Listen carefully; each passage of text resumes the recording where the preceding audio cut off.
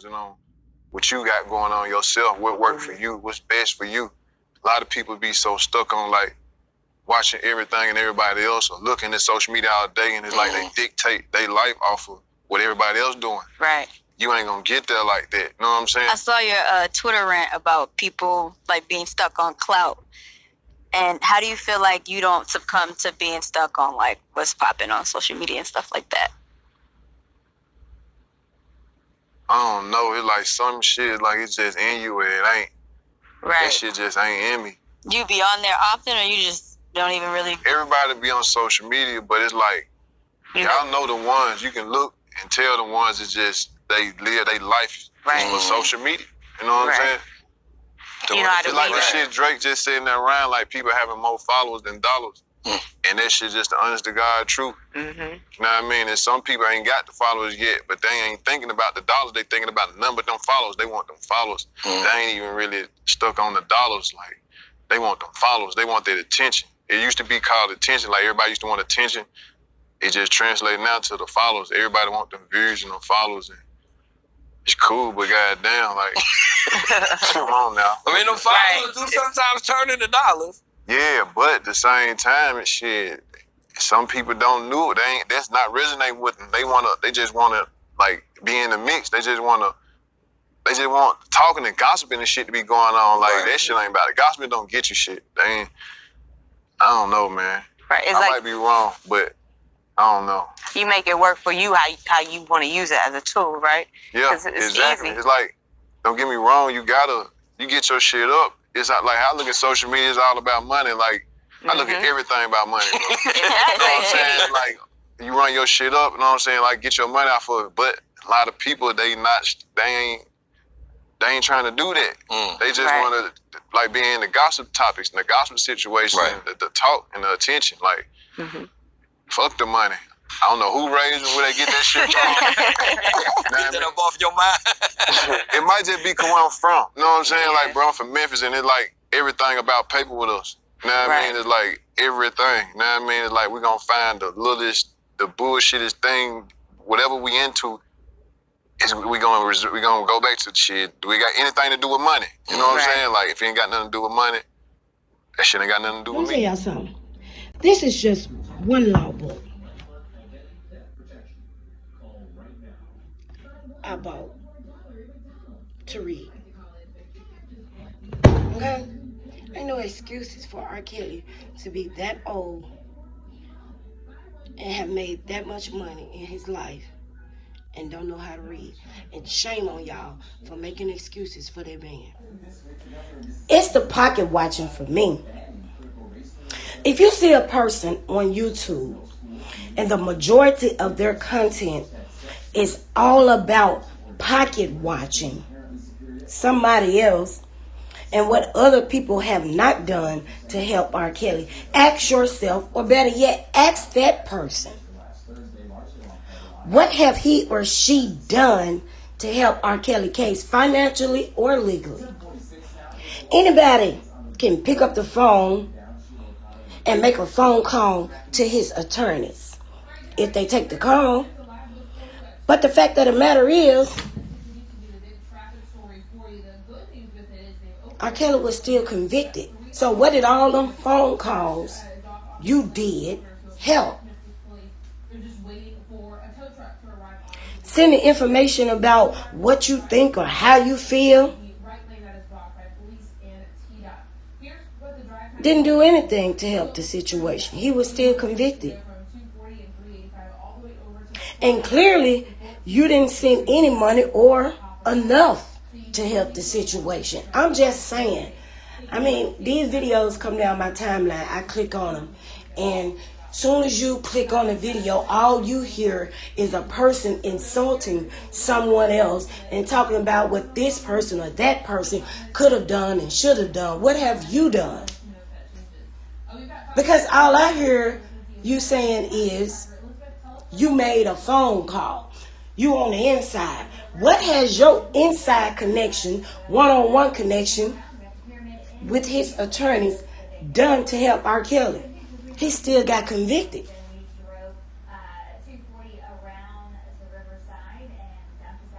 That's what I want to know. I mean, I'll wait.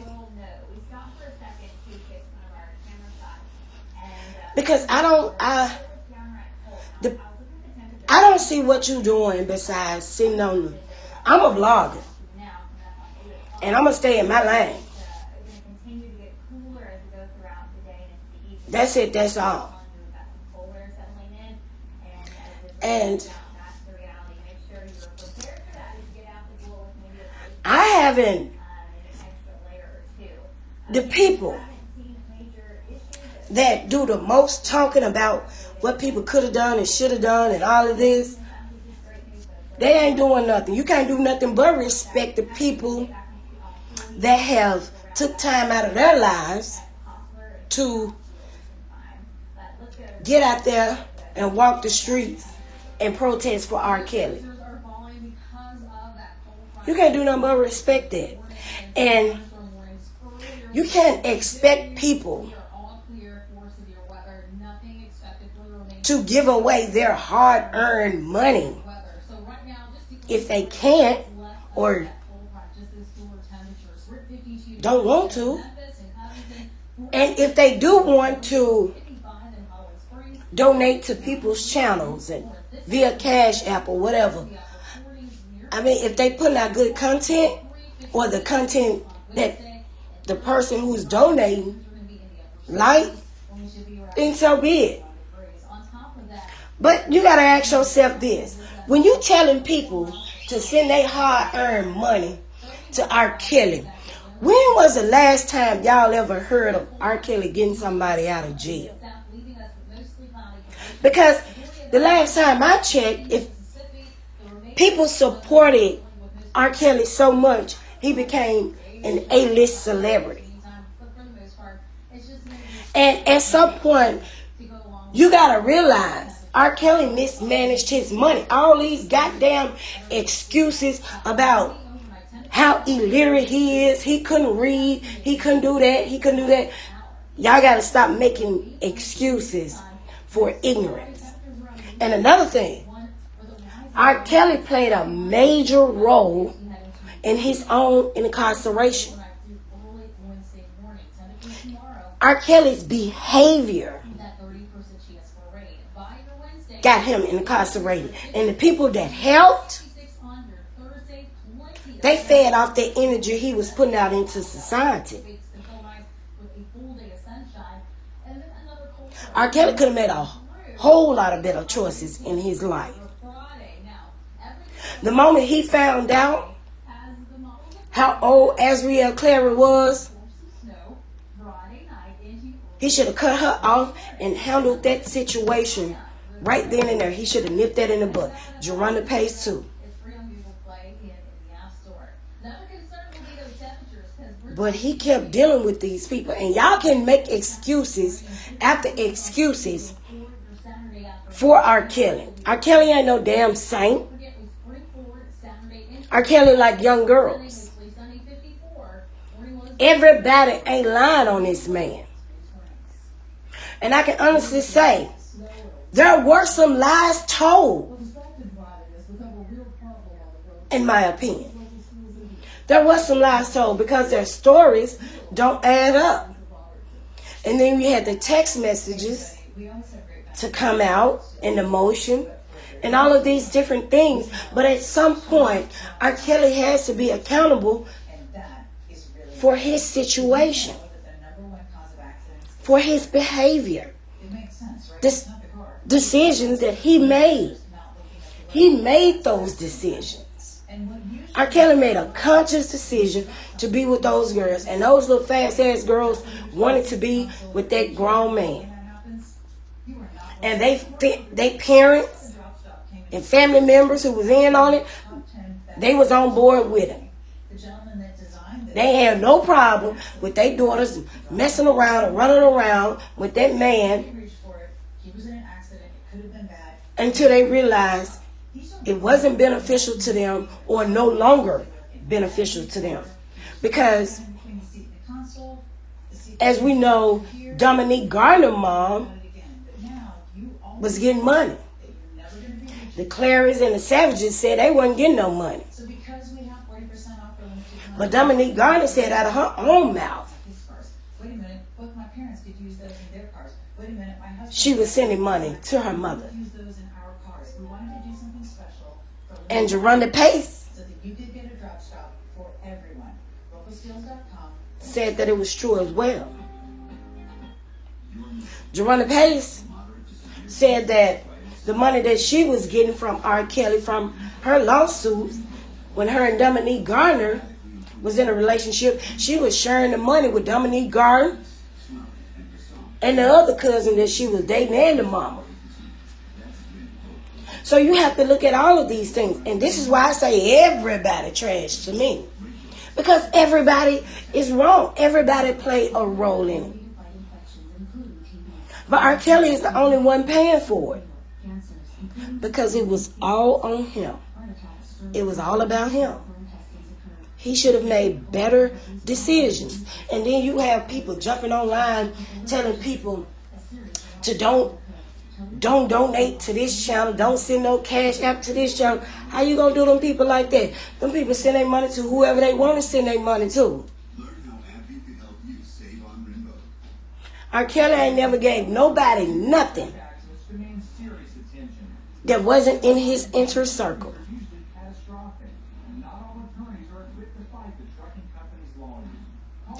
Everybody that I've read and researched about, they was already in R. Kelly's circle. And then Miss McLean, R. Kelly didn't come out of his pocket to help her keep her condo when she was getting evicted. He did a fundraiser. That money came from the people.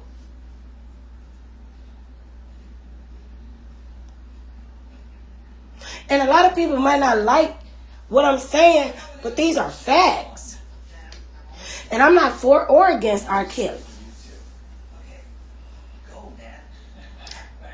I've read some things and seen some things that he did wrong, and all the other people involved. This is why I say everybody wrong. Everybody's wrong. Azriel Clary lied about some things, but she ain't lied about everything.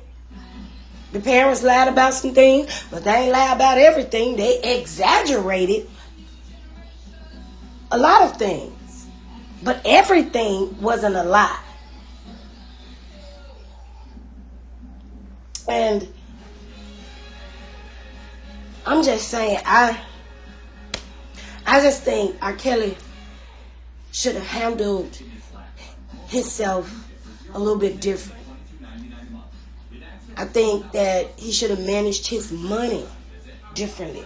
I mean, if you're a multi-millionaire like that, how is it possible that you bring people in your circle and you trust in all these random people with your finances? And when it comes to Drea, I think that if he would have invested more time and trust and energy and love into his wife, she could have been a better help to him. And then you had Angelo Clary coming out making accusations, because that's what it was. He insinuated that R. Kelly violated his daughter. He pulled that young lady into a situation on the internet, on Twitter, that had nothing to do with her. Just because here we have Jennifer Bunjean fighting for R. Kelly's freedom. And I'm going to tell y'all another thing. R. Kelly ain't setting no precedents. This case ain't setting no precedents. If y'all read and do y'all research, there's a lot of cases out here just like R. Kelly. Brian Banks, he's another famous football player that had a case like this. It's several that went unnoticed because they're not high profile. Snoop Dogg got a recent case. Everybody know about Tupac, Mike Tyson, Nelly, T.I., and Tiny. It's a lot of them. I can go on and on.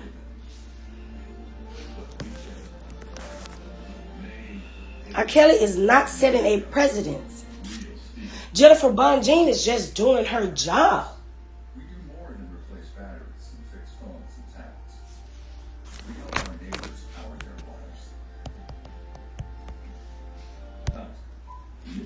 Melinda Bronson, 2002. That case that I read about with her reminded me of the parents that are involved in R. Kelly's case. James Chad Lewis. Oh my God. 2017.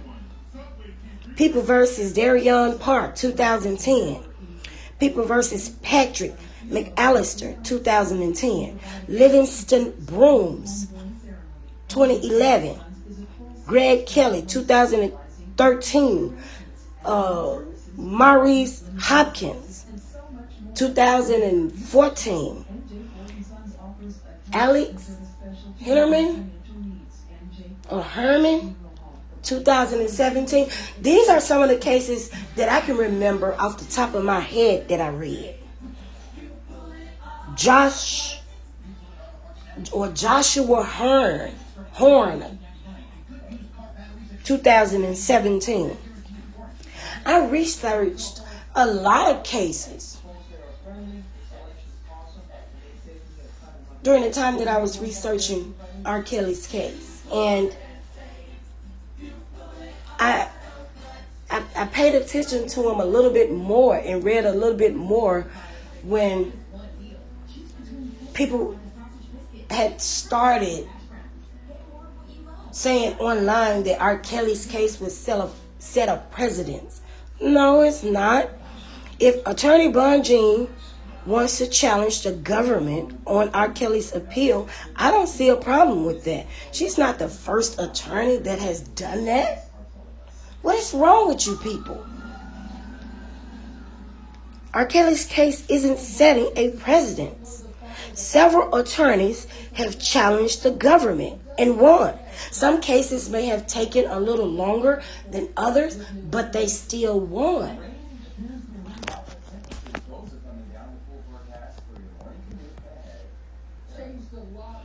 R. Kelly was convicted on hearsay, public opinion, and past allegations. One man ain't no enterprise, and that's my thing. If they was going to charge him with racketeering and they had all this evidence, where everybody else at? A lot of people should have got locked up with R. Kelly. Prosecutorial misconduct is written all over R. Kelly case. I get that. The prosecution played dirty. They broke the law. The whole world sat back and watched that man get robbed and kidnapped in plain sight. That's what that was. That man made millions of dollars for over 2 decades. He over 50 years old. That man done laid eyes and put hands on money that most people will never see in their life. And you mean to tell me he's illiterate? He did not invest none of that money in education to better himself. That's trifling. And y'all making excuses for that.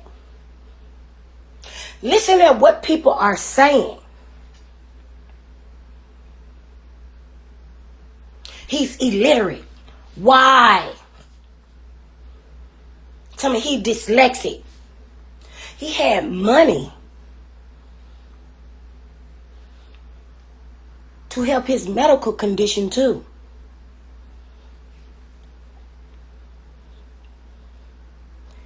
He paid for the doctor to help him with the bumps. Even if he had to start off with Dr. Seuss, the Cat in the Hat, he could have started somewhere. When he was out buying pennies to give out at his concerts. He should have been out buying books. Instead of being at the mall, he should have been at Barnes and Nobles. There's no excuses for a man of his status to be illiterate. R. Kelly made millions of dollars over 2 decades. And let him tell it, he's worth $800 billion. But he's illiterate. That don't make no sense. When he was on those tour buses playing around, he should have had a tutor on those buses. Reading, writing, doing math. He could have been his own accountant. That way nobody wouldn't have stole his money from him.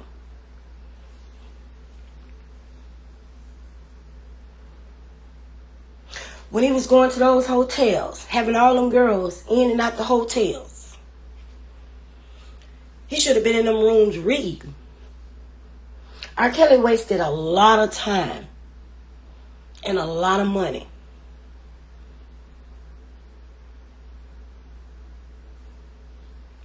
And that's just the reality of it.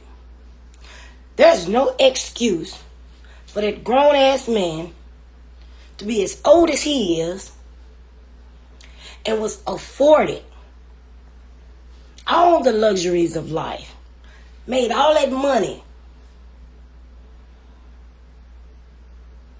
and he didn't utilize nothing right.